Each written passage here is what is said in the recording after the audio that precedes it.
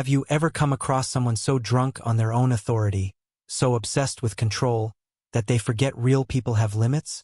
I wish I were being dramatic, but the day our HOA president, Margaret, assaulted my disabled daughter, slapping her and yanking out her oxygen tube in front of half the neighborhood, I understood something awful. Some people don't just act like villains. They are. You never think something like that could happen to your family, until it does. But let me rewind, because this story didn't begin with violence. It started months before with what felt like a miracle. After years of emergency room visits, sleepless nights, and worry etched into every breath, we finally moved to Willowbrook Estates, a peaceful neighborhood, full of tidy lawns and quiet streets. A place we thought would give our daughter, Emma, a chance to breathe again, literally. Emma's 16, sharp as a blade, with a wit that could slice through any awkward silence. But her lungs? They've been her biggest enemy since she turned 13. When her doctors finally cleared her to be home with a portable oxygen tank, we thought we were turning a corner. For a little while, we actually were. I'd look out the window in the mornings and see Emma basking in the sun, book in hand, oxygen tank softly hissing beside her. People waved. They smiled. The world felt kind again. Until it didn't. Trouble showed up one morning wearing too much hairspray and a permanent scowl. Margaret, clipboard clutched like it was a scepter. She marched right up to our porch and introduced herself as the president of the HOA. No pleasantries. Just, I'm here about your daughter's medical gear. The tank and the wheelchair aren't permitted under Section 4.3 of the community standards. I blinked, thought maybe I'd misheard. But she was dead serious, violation slip in hand and everything. I said, that's her life support. She needs it to live.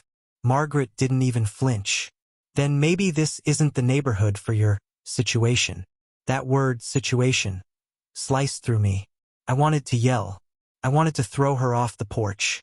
But I stayed calm, because bullies feed off reaction and I knew better. But she didn't stop. Over the next few weeks, it became a campaign. Noise complaints about the oxygen machine. Fines for the wheelchair ramp not being approved. Police showing up for phantom safety violations. And Margaret herself? She'd park across the street like she was on a stakeout, snapping photos, circling the property. And bit by bit, the neighbors who once waved started looking away. What hurt the most wasn't her tactics. It was what they did to Emma. She stopped going outside, stopped reading on the porch, stopped laughing. My bright girl dimmed right in front of me, and she kept saying sorry, like she was the burden, like she was the problem. I stayed up so many nights, staring at my phone, wishing I had someone to call who could fix it all. Eventually, I scraped together enough to hire a lawyer. I figured if I couldn't beat Margaret with decency, I'd fight her with legal muscle. But it turns out the HOA had an entire team of attorneys who'd mastered the art of dragging things out until your spirit broke. And while the paperwork piled up, Emma's health slipped. Then, a surprise, my old college friend Lena showed up out of nowhere. She's a nurse now, brought muffins, sat on our porch like nothing had changed. But her eyes were serious when she said, Margaret's done this before. The Jenkins family 2 blocks over, forced out. The Donovans? Nearly lost everything in legal fees. No one's ever stood up to her and come out clean. That chilled me, but it also lit something in me. Because I didn't care who Margaret thought she was. This was our home. This was my daughter's home. And I wasn't about to let some petty tyrant push us out of it. I didn't know then what was coming. I didn't know Margaret would take it even further. But that moment, that flicker of resolve, is where the real fight began. It was one of those grim, rainy Thursdays. The kind where the sky feels heavier than usual. Emma asked to sit outside just to hear the rain. Something that always calmed her. We were on the porch for maybe 15 minutes. Her breathing was labored, but steady. Then Margaret showed up. She pulled into our driveway like she owned it, stomped through the yard, and launched straight into a tirade, ranting about final warnings and accusing us of destroying the neighborhood. I stepped between her and Emma, calmly telling her to leave us alone.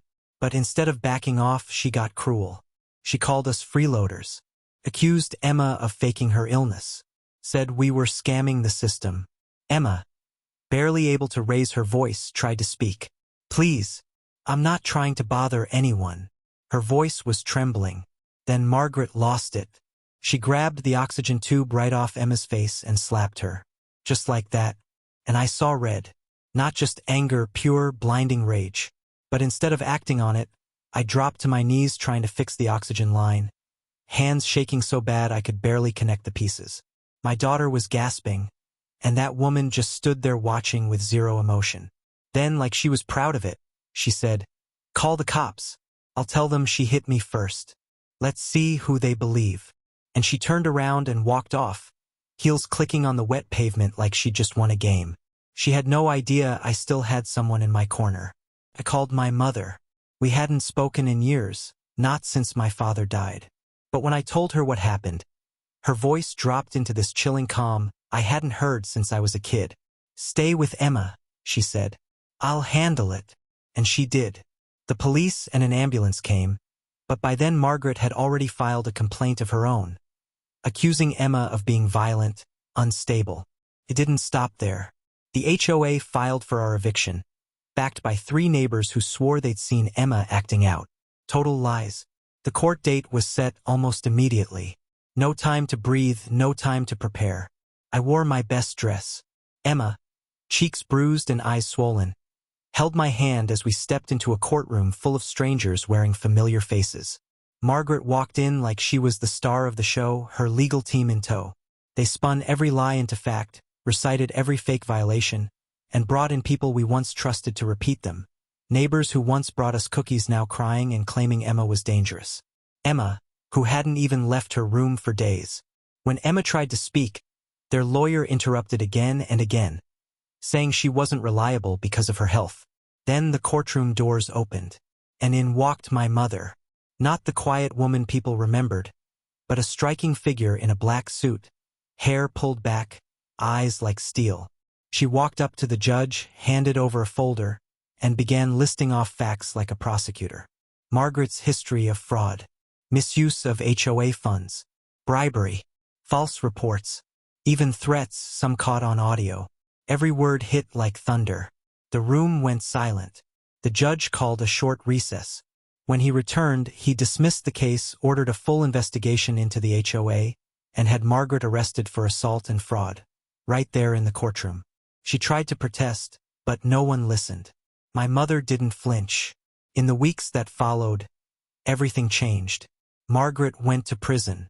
The HOA board was overhauled. Neighbors started coming around again, some with food, most with apologies. Emma was back on the porch, smiling, waving at kids like nothing ever happened. My mom never explained how she knew what she knew, just gave me a smile and said, "Sometimes you need to remind people who they're messing with." Emma began speaking at schools, talking about resilience, about finding strength when the odds are against you. She was glowing again. And me? I still wonder how many other neighborhoods are hiding people like Margaret. How many families are being pushed around, waiting for someone to step up.